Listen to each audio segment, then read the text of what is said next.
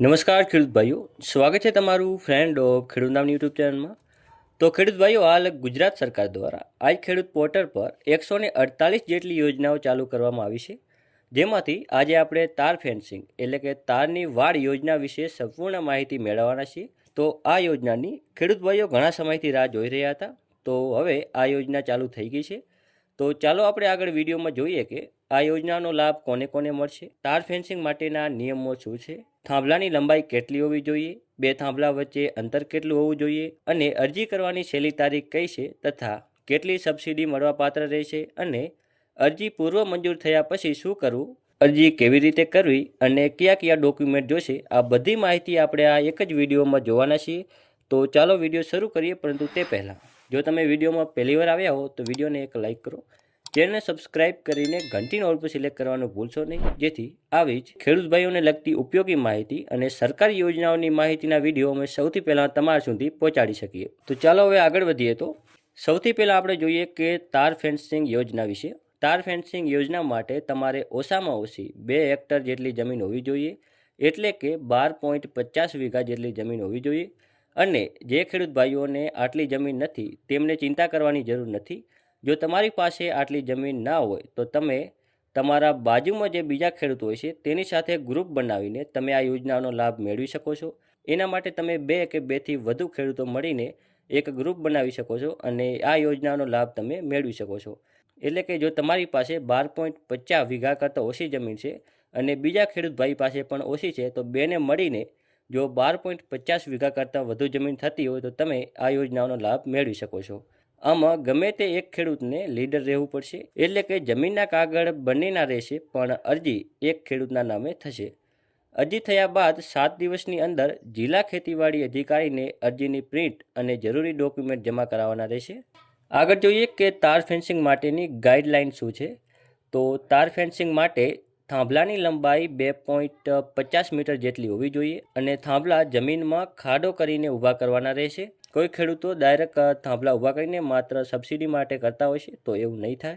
અને 2 થાંભલા વચ્ચે 3 મીટર જેટલું અંતર રાખવું જરૂરી છે, તથા દર 15 મીટરે આડા થાંભલા વડે સપોર્ટ રાખવો જરૂરી છે, જેથી તાર ટાઈટ રહે. અને હવે જોઈએ કે થાંભલા કેવા હોવા જોઈએ.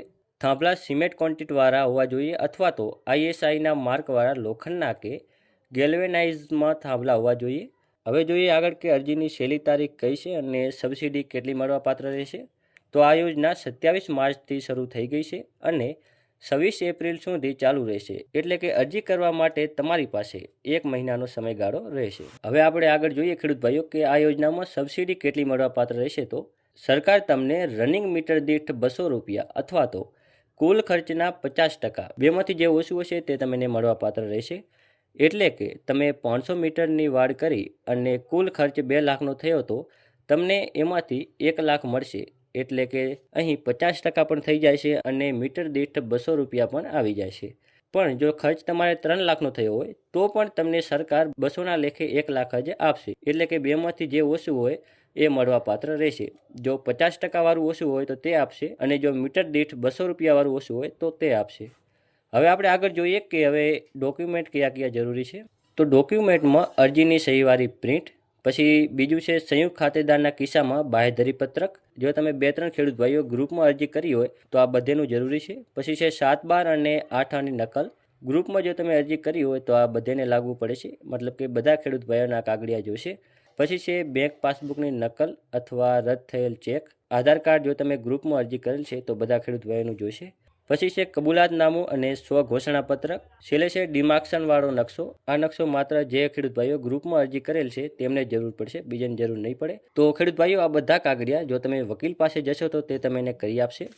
હવે આપણે આગળ જોઈએ કે ખેડૂત ભાઈઓ જો તમે અરજી કરી નાખો, પછી ડોક્યુમેન્ટ આપો, ચકાસણી થઈ જાય અને ડ્રોમાં જો તમારું નામ આવે, પછી તમારે પૂર્વ મંજૂરી માટે તમારા મોબાઈલમાં મેસેજ આવે, તો ત્યારબાદ તમારે શું કરવું તેની વાત કરીએ. તો તાર ફેન્સિંગની બનાવવાની કામગીરી તમારે 120 દિવસમાં પૂરી કરવાની રહેશે.